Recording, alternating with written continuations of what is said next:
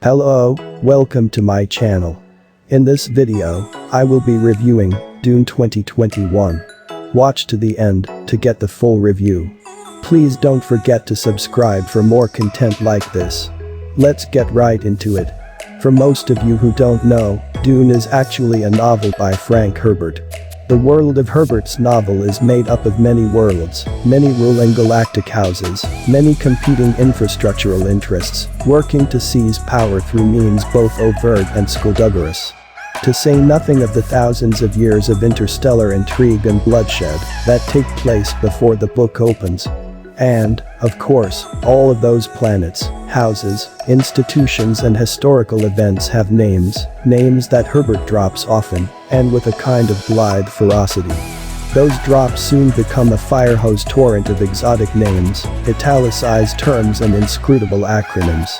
That density of reference and cross-reference is, of course, a contributing factor to the novel's enduring appeal, the sense that Herbert did the hard work to fully imagine both his characters and the forces that shape them and place them into the deeply stratified society of the worlds he depicts. Enough of the history, let's get right to the review. Paul Atreides, who spends much of the first hour of the film brooding, ironically in long frock coats on windswept promontories overlooking the sea, has been genetically engineered to be a leader known as the Kwisatz Haderach. His father, Duke Leto Atreides, and his mother, Lady Jessica, have been tasked with taking over the desert planet Arrakis, Dune, the sole source of a mind-altering spice that makes interstellar travel possible. They are taking the planet over from the vile Harkonnens, a house led by an evil baron named Vladimir. During its reign over Arrakis, the house has cruelly dealt with the planet's indigenous population, known as the Freemen, humans perfectly adapted to harsh desert life. Paul keeps having gauzy, prophetic dreams featuring a Freeman named Chani. Over the course of the film, young Paul starts to come into his power, reluctantly realizing that he may in fact be the subject of not one but two prophecies. The powerful Kwisatz Haderach, foreseen by the shadowy space witches known as the Bene Gesserit, and the religious savior called the Mahdi by the Freemen. It will be useful, at this point, to divide this review into two parts, aimed at two different audiences. First up, if you know nothing about Dune, you haven't read the books or seen any previous adaptation. Hello. You, who don't know a Sardauker from a Shai Hulud, who couldn't pick the shout-out mapes out of lineup of shout-outs, are in for a treat. Denis Villeneuve, the film director, has made a grand, epic film that features the kind of action and spectacle you're likely expecting, but he hasn't let the sheer staggering scope of the endeavor sway him from his penchant for moody introspection. As he did in Arrival and Blade Runner 2049, he works in the genre of science fiction, but lets his camera linger on his characters' expressions and body language, grounding viewers in the realm of human emotion, even as massive spaceships explode and giant sandworms roar behind them.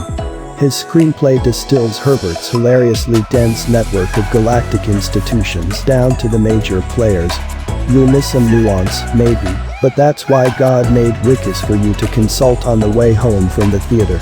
The film also, importantly, contemporizes the book's tilted dialogue, and in so doing willingly trades any sense of mythic portentousness for something looser and more alive. You'll catch visual shout-outs to Apocalypse Now and Lawrence of Arabia, among many other films, and Greig Fraser's cinematography will dazzle you with its sense of immensity and emptiness.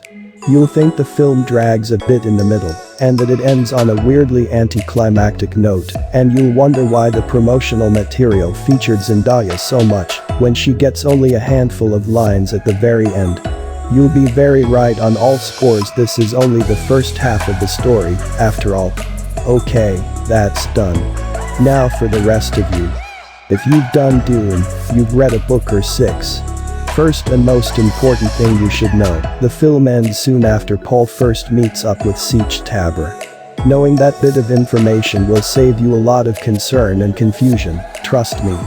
If you know the story in full, you'll watch each scene unfold, idly wondering how far this massive stately ocean liner of a film can possibly get before ending.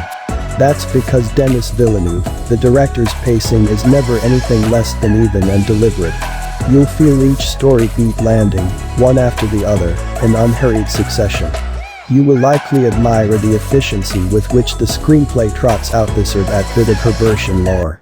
And while Denis Villeneuve, the director's judiciously steady, even-keel approach may miss Lynch's idiosyncratic, subconsciously.